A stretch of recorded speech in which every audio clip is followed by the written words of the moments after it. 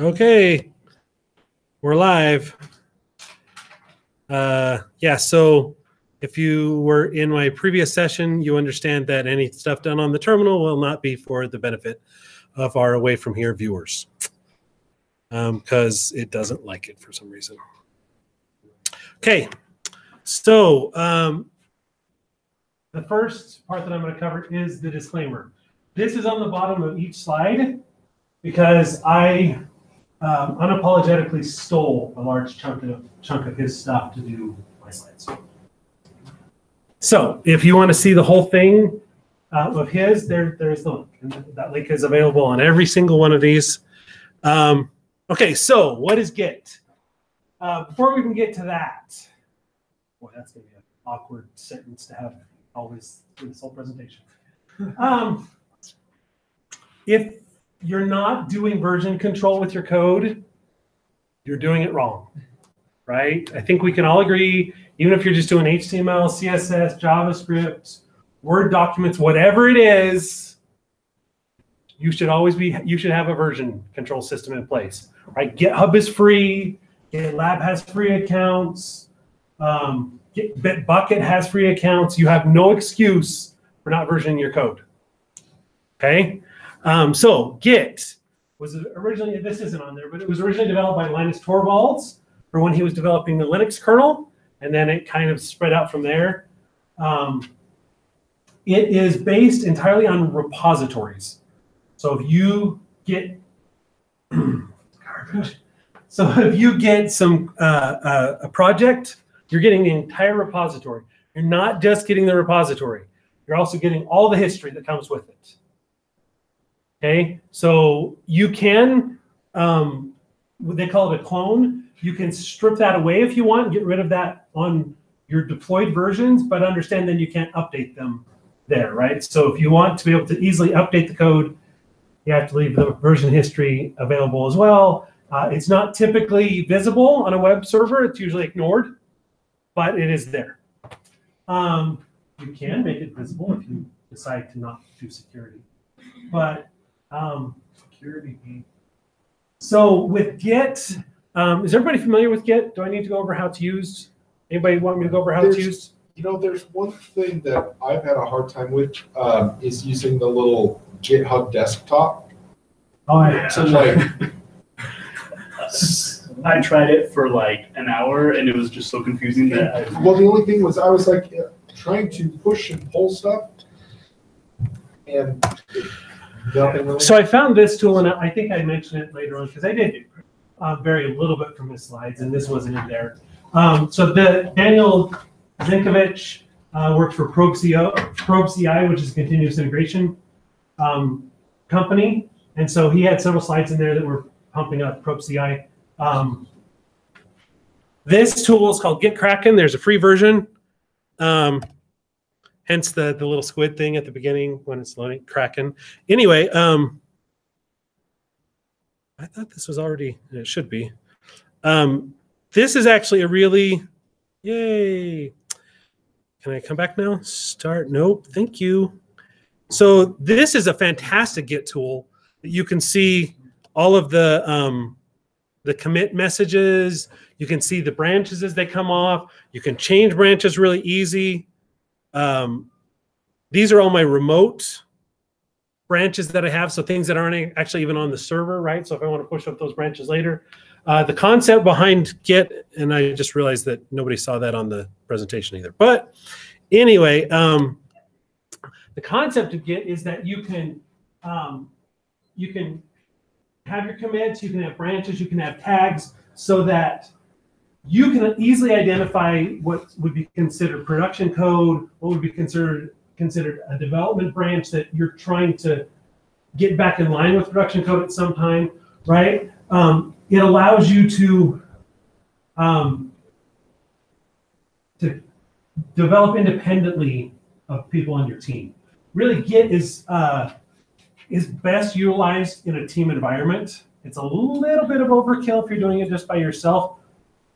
Having said that, any version system is better than no version system, right? So don't think of that as an excuse to not use versioning. just realize that some of the benefits you get out of using Git are not as readily apparent if you're doing just solo development, right? That doesn't mean you can't utilize them. It just means it may seem like unnecessary overhead. So this says repositories are saved online. That's not entirely true. I can set up my own GitHub repo or my own Git repository locally and just be committing. And so if people have used CVS or Subversion, it used to be the case that you would just do a commit. That would push your changes up to the server, right? Tagging and branching was available in both of those as well. With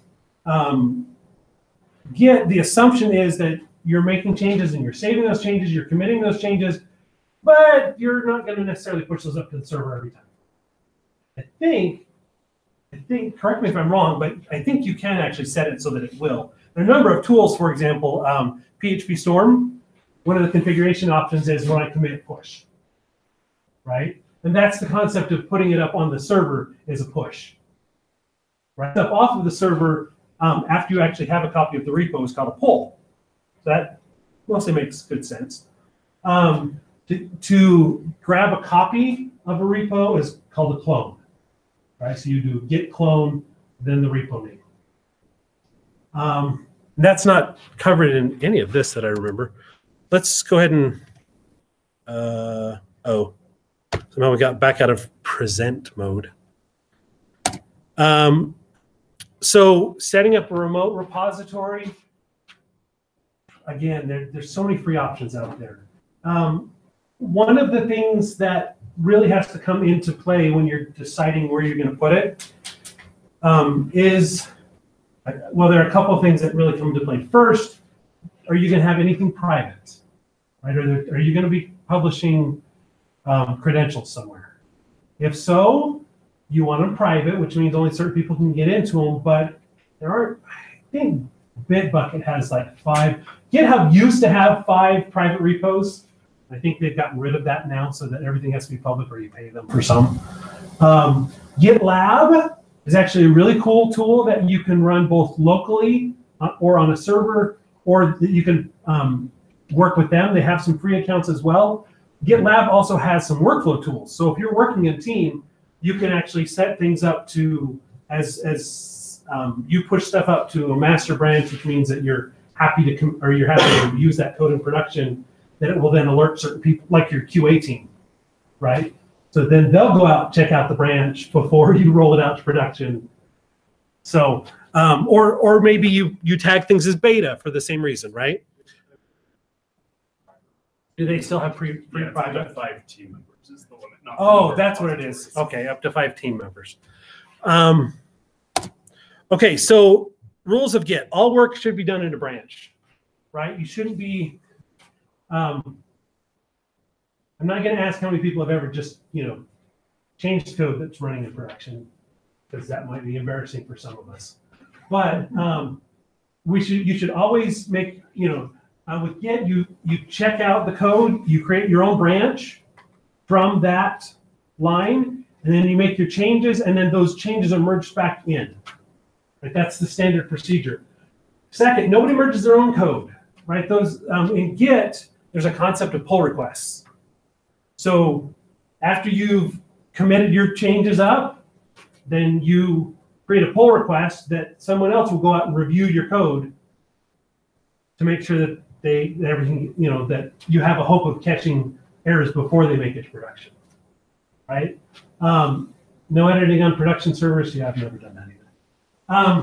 Master is always deployable. So that really is more, rather than industry standard, it's really kind of a personal preference. You should have one branch that you can always trust. Master is the only branch in Git that always exists, right? So when you set up a Git repo, master will be created. End of story. So if you want that to be the one, if you want to know that that's the one you always deploy, that's fine. For us, we actually decided that we would create a prod branch, right, on our prod servers, and that would be our deployable artifact. But master's still there, and we still merge into master, and then we merge from master into prod. right? Once we're happy that everything's there. And you don't have to go through master to get to our prod branch, for example. We could merge into prod. That's our workflow just includes the 2 steps. So I said this before with my previous presentation. If you guys have questions, please just pipe up, right? If there are things that don't make sense. Yeah, Marshall? I have a question, but I'm not sure. You'll probably get, I'll say what it is now, but this may be really a poor or a dumb question, but once you've got everything pushed up, it's all in the main repository. How do you actually deploy that to the running server, to the server, to get it out there? We used to use I think it was SVC in another place I was, and it had a pretty good mirror capability where you could say, you know, I want this one mirrored out to this place. And so we would constantly mirror out to the dev server. If you checked stuff in, because we had multiple servers, it would mirror out to the dev server immediately. So when you checked it in, it was live and everybody was getting it. You had to be a little careful about that. And then we had a process where you could, without too much trouble, say, okay, that's good, we're happy with it, we believe it's working, we're going to now take that thing and push it out to the live server. How do you do that? So there's a few different ways to approach that. There's I know it's not on the slide, so now's as good as any. There's the concept of webhooks. So you can, on actions that happen against the repo, you can have certain other things happen, right? So an example of that would be if you had a serverless environment like a Lambda on AWS, that would be when you merged to master, for example, that it would then fire off a request to this URL, to this web endpoint, and that web endpoint would then say, oh, okay, and then it could call something else that would then check a copy out on your dev server, right? So all of that could happen automatically. What do people actually do? Go ahead. So we had a little different because there's only really 2 of us that program, and we don't really work on the same project. So really when we're using Git, it's really me, and it's me tracking my changes and dealing with issues because we use an issue tracker and handle that. But the way we do, we have a production server and a development server, and our development server, we understand, is probably messy, but that's okay, it's development. And so when we check out a branch or create a new branch and we make changes, we're just manually pushing those changes to the development server. We understand we're probably overwriting stuff. We understand that we're probably making a mess. It's development. When we feel like the code is production quality and we're ready to close issues and whatever, we're using GitLab, and GitLab has a feature called continuous integration. And with some setting up on our production server, anytime you merge into the master branch, it fires off the webhook that contacts our production server we've installed. They've got documentation of how to set it up. We put, I'll say it's software on our production client, server. yep. A client, yeah. Yep. That when that happens, it fires a webhook, and then that client pulls the master branch and replaces the files on the production server. So that concept of continuous integration or continuous deployment, you'll see that often, CD, CI. That's ultimately where all the big shops are, right? So anybody that's really of large size, that's what they're doing, because they're probably doing a lot of code deployments all the time. And in that case, right, the other part that he didn't mention is it deploys, but if it fails, it checks and then it rolls back. Yes, it rolls back. So if something fails, if it doesn't copy, in GitLab I get, yes, it was like I get a check mark that was good. If something fails, then I get a big X and it tells me some messages. So the hope with that kind of thing is no downtime, right? You may not always get to the version you want to be on, but your server's not ever down. Your site's not ever down, right? That continuous integration, continuous deployment piece is really cool. Here's the thing for us. If there's like merge conflicts, it won't actually go to the server until all of those are resolved Right. and everything's good. then it pushes it. Once all the tests pass, then it will go ahead and deploy. But even at that point, if it can't deploy for some reason, it can still roll back, right?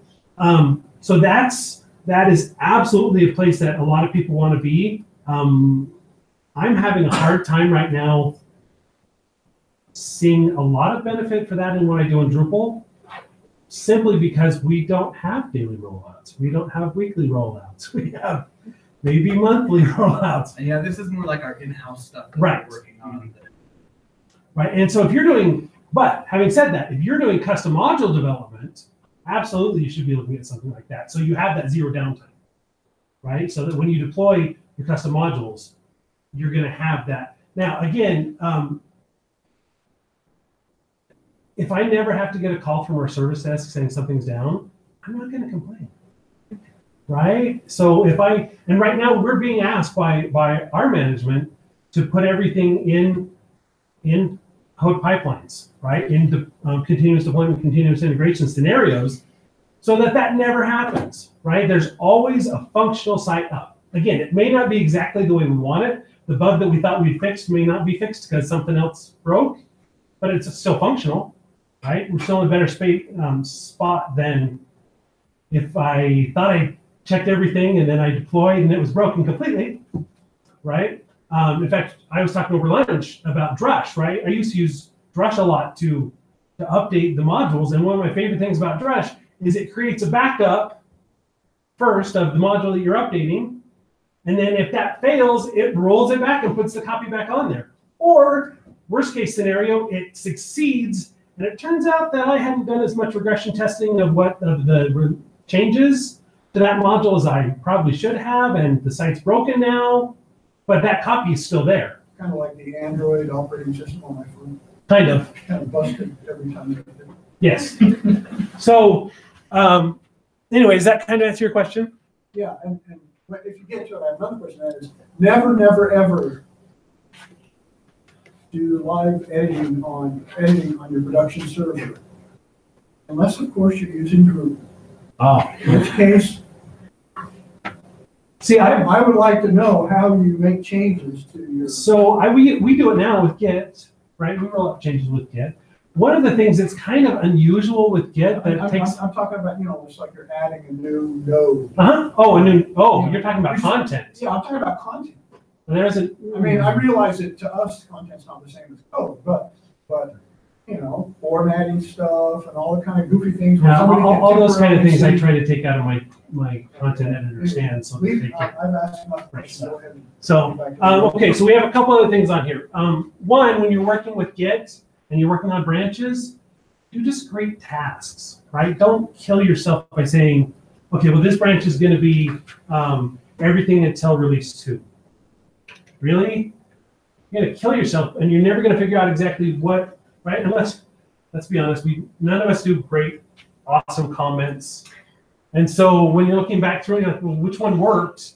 You don't even know which one works, right? Because the comments don't mean anything. And so do yourself a favor, do discrete small tasks, lots of committing, right? You do not, with Git, don't feel like you have to push all the time, right? Those commits will go in as they go in. They won't go in as just one, but do lots of commits. And then your base, right? You've got to work off of a functional one, so you can always go back to that in case of the wheels falling off.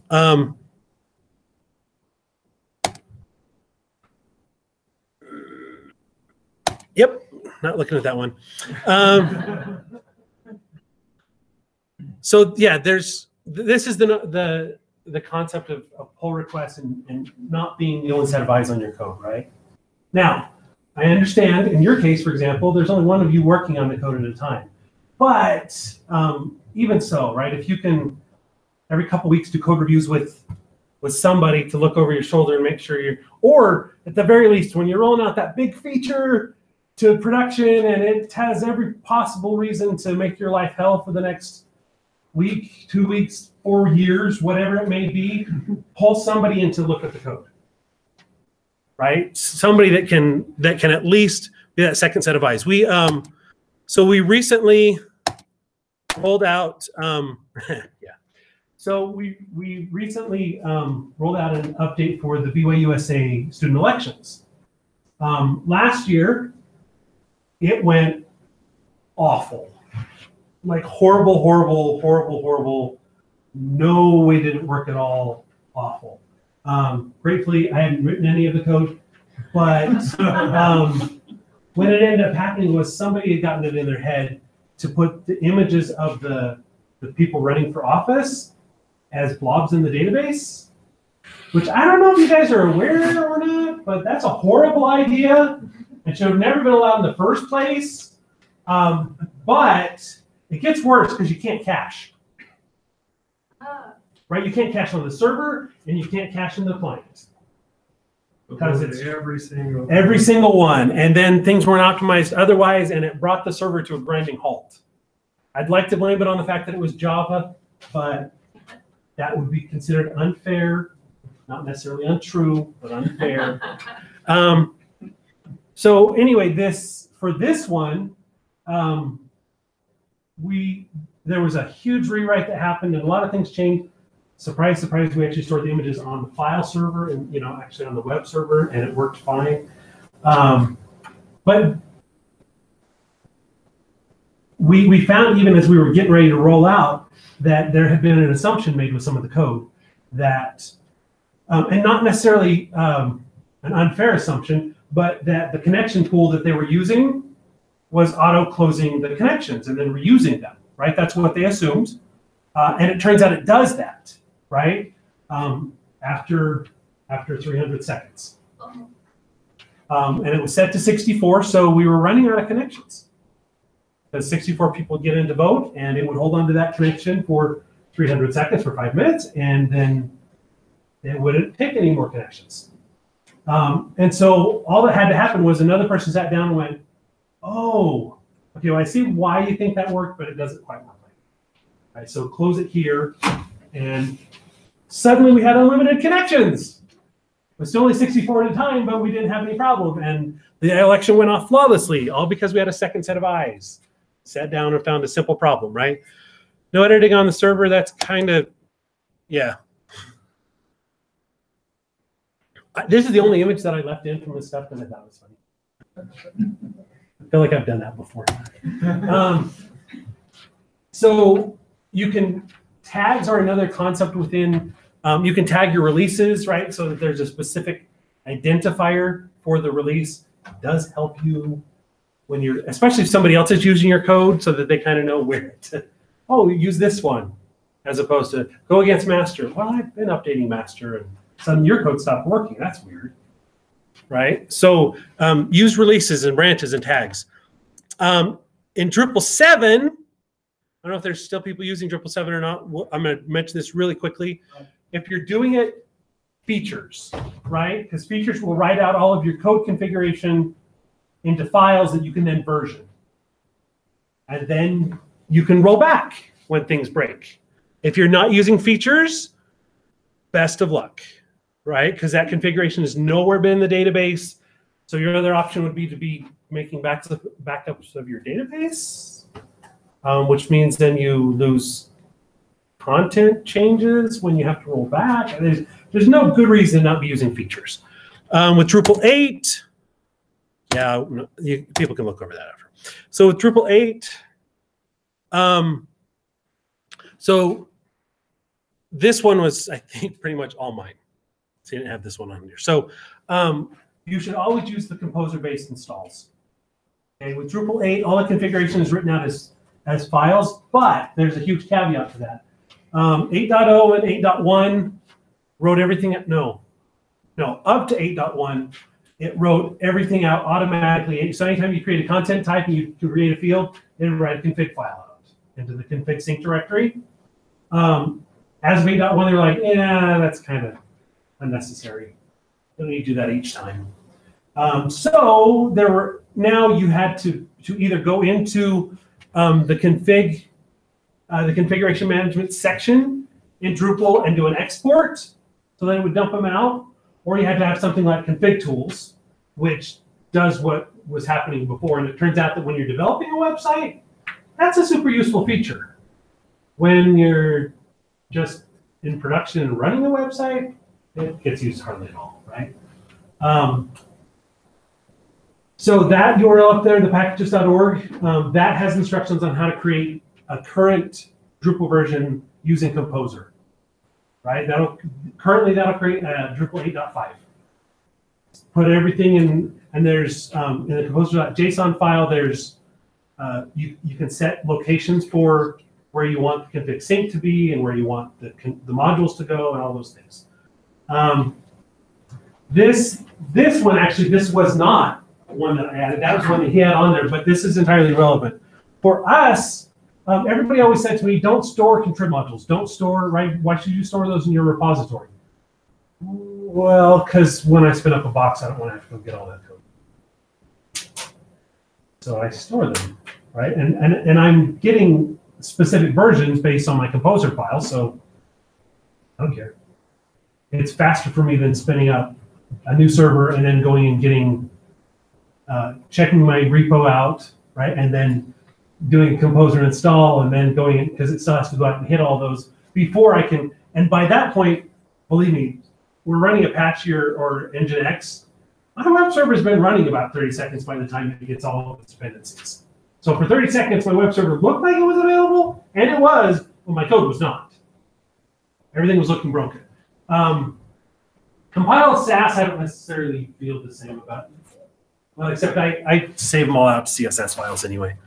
So the Drupal, if you're using Drush, this is the Drupal 8 workflow. So you can, without the config tools, you say Drush CEX, and it exports out all your configuration into your config sync directory, right?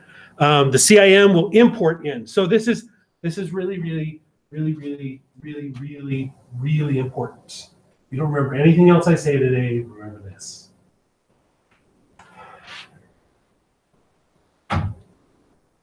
Import will break stuff. Right? What's that? Maybe. Maybe. Right? But this is, of everything on here, this is the most potential for danger. Right? So, by all means, you have to do this because you need to import the new configuration that you just brought over from doing the git pull. Make sure in your workflow process that you've tested that adequately in your development or staging environment before you do this in prod. Because this has to be done in prod too, right? It's not just a matter of, unless, I mean, I guess, no, you still have to do it because it's got to pull all those configuration up into the database because all the configuration is running in the database by default now. Because it's faster than the files, right? It shouldn't have to read the files each time when the database is fast. But that has potential for harm. So just be wary. You have to do it. Just be wary. How many times did we break the homepage before? It wasn't like a lot, maybe 6 or 7 times. And then, yeah, git ignore, right? There are going to be some things that you don't want to show up. This is hugely important directory, right?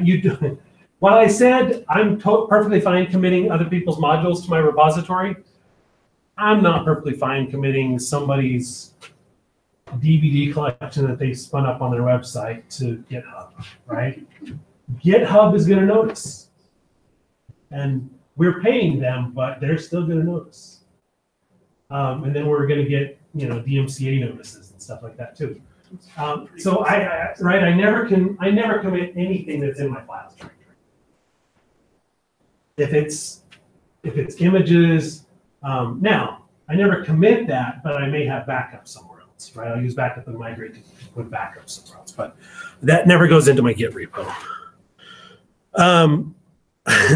There will be conflicts. That's kind of the easiest thing. This is actually a picture from GitHub, which is kind of fun because it lists, right? It says, okay, well, you've got these checks that happened, but there's stuff you're going to have to look at, right? We can't automatically resolve the difference. Now, I will say in favor of Git, their conflict resolution is much, much better than Subversion or CBS. Like factor of 10 kind of thing. It's really significant. And the ability to merge things together it requires some effort, but if you were involved in writing the code or you're familiar with the code, you should be able to make it happen okay.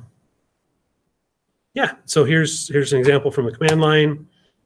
And this, yes, Brock, I didn't type that. So this is what it looks like. When you get merge conflicts, that goes into the file that's now being used. There's also theirs and a yours suffixes on files so that you know which one was yours to begin with. Anyway, but if there's a merge conflict that you do, if you end up doing merge conflict resolution in production, your site's going to be unavailable for a little while. Because this will definitely break your code. I tend to, well, I started out doing it this way, but I tend to move away from it. Painful. Generally what I do is I use Tower, which is another Git software. Okay. And then I have my production branch, whatever it may be. And I always make sure that the Git is clean on my production server. There's nothing there, there's no commit, nothing there before I do anything. And then I do the merge within Tower on my local machine into the production branch there to make sure everything's clean. That way I can solve any merge conflicts or anything else within the tool. And then I push that up to, we use GitLab, and then down into the production server. And then that way when the production server gets it, it gets clean code, everything's happy, and I don't have to worry about trying to undo the mess. I've also gotten used to using the git reset command. Yes. When this happens, reset hard back to the previous head and everything. Back out really quickly and then figure out what went wrong. Yeah, by the time I get to needing a git reset, I'm usually frustrated enough that I don't care about whatever code I put in. It's going to be redone at this point anyway. But yeah, so yeah, from his experience as well, don't test in production. Nobody wins in that battle. And okay, so this is 7, right? So this is actually kind of fun little code. Again, I shortened it because I'm lazy, and so I put he was actually outputting the file using pipes or not pipes, but greater than to put. Anyway, I just use the stuff that I use all the time. So instead of variable set maintenance mode, I use reset. Anyway, so here it is, right? You set it into maintenance mode. You create your backup. You fetch the updates. You check to see how it looks. Do a git pull. You check out a specific branch. Now that's the thing that I was going to mention. That's kind of unique about Git, right? So you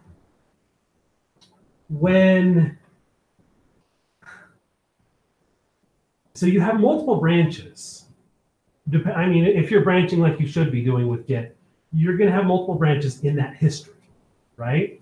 And you can switch to any of them, and then all the files in the file system change.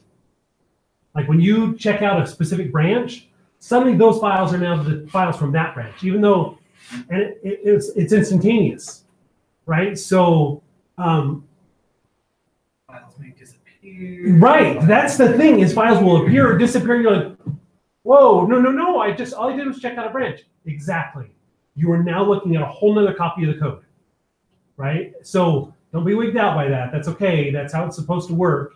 That also means that you could, for example, as a quick rollback kind of thing, a manual quick rollback, check out a specific branch, and when everything blows up, you check out the old branch that was working, and you're back to working again, right? Well, and I think with Git, you can actually check out a specific commit. You can. Yes, you can. If you are tagging stuff appropriately, you'll never need to do a specific commit, but yes, you absolutely can. I would assume that's a tag that he's checking. Yeah, it is 3.0.3. Yeah, I would assume that's a tag. Yeah, I would hope so. But after you checked out that, right, you got here's the thing that we learned when we put the home page at 8. After you've done all the configuration management pieces where you import them in and everything, you still got to do the database updates. And that still has every possibility of blowing up in your face. So anyway, so for 7, right, we're going to, all the features should, if you're using features, you should be committing those changes to the feature as well, right? So that all of that's up to date. So that when you do the features revert all, you're getting the stable state from your features, okay? And then you turn maintenance mode off, because everybody only does this in maintenance mode, right? I mean, we never do this with it live. So for 8, there's not a whole lot of difference. The maintenance mode, I don't think VSAT works anymore. I think you're right. I don't think it works anymore. And I also don't think it's called maintenance. SQL dump does. Get fetch mode, check out. This does the FTP. So here's there's 2 more pieces to this now I have to update. You've also got to do a composer install, because your new modules may have composer dependencies that don't exist on your server, and if you don't do an install, they'll still not exist on your server unless you committed them to your game. Anyway, Probably should. should do it before FTP? Yeah. Okay, I'll move I on. think so. And then you need to do the import. And then out of maintenance mode, because we all do that. Okay, and then here are some resources, and I guess I'm done. That was a little bit faster. That's okay. Got 15 minutes. Questions, things, yeah. So I have a question. When you've got like a production branch and your development branch, I mean, merging in from your branches off of the development back into the development branch. So if I've got a feature branch that I've finished with and merge back into development, and I've tested it on the development server and everything looks good, what's your best process for merging the development master? Or say I know I've messed up the master branch enough and I want to refresh it from I've messed up the development branch enough that I just want to completely refresh it from the master. Are you just doing merges? Are you doing? I usually do a reset back to a specific commit or tag. But then when you're going from development, because you've made changes here and you want to put it in production to your master branch. So I'm sure there's a more elegant way to do it than I do it. But what I do is I copy out the files that I've changed to another directory. And then I delete my branch and put those files back in. After you've checked out the master branch. Yeah. Don't do that.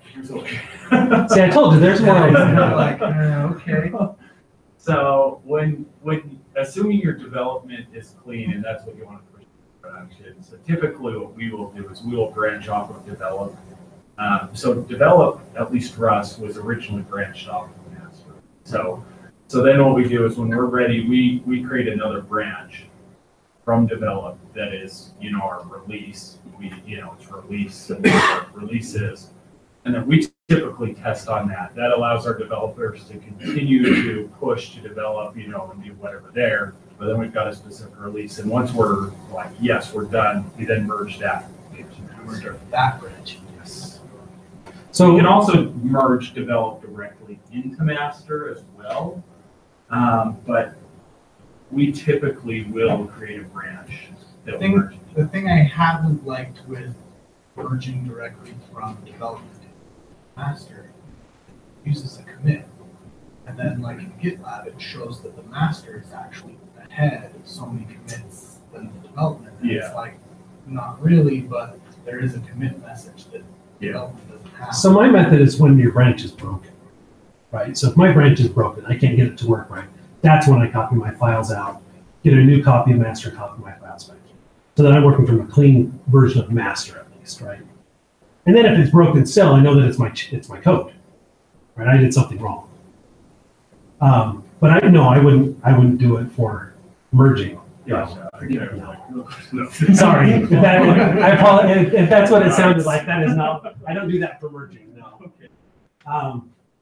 Right, because if I'm going to do that, then I might as well just start naming my files version 1, version 2. And I'm not doing that anymore. So, Anything else? What? Any other questions or comments or things? How are we gonna be able to get some of these? All these will be, they'll all be associated with the session on the Drupal campsite. So both the videos, there will be a link to the video, and there will be a link to the slides.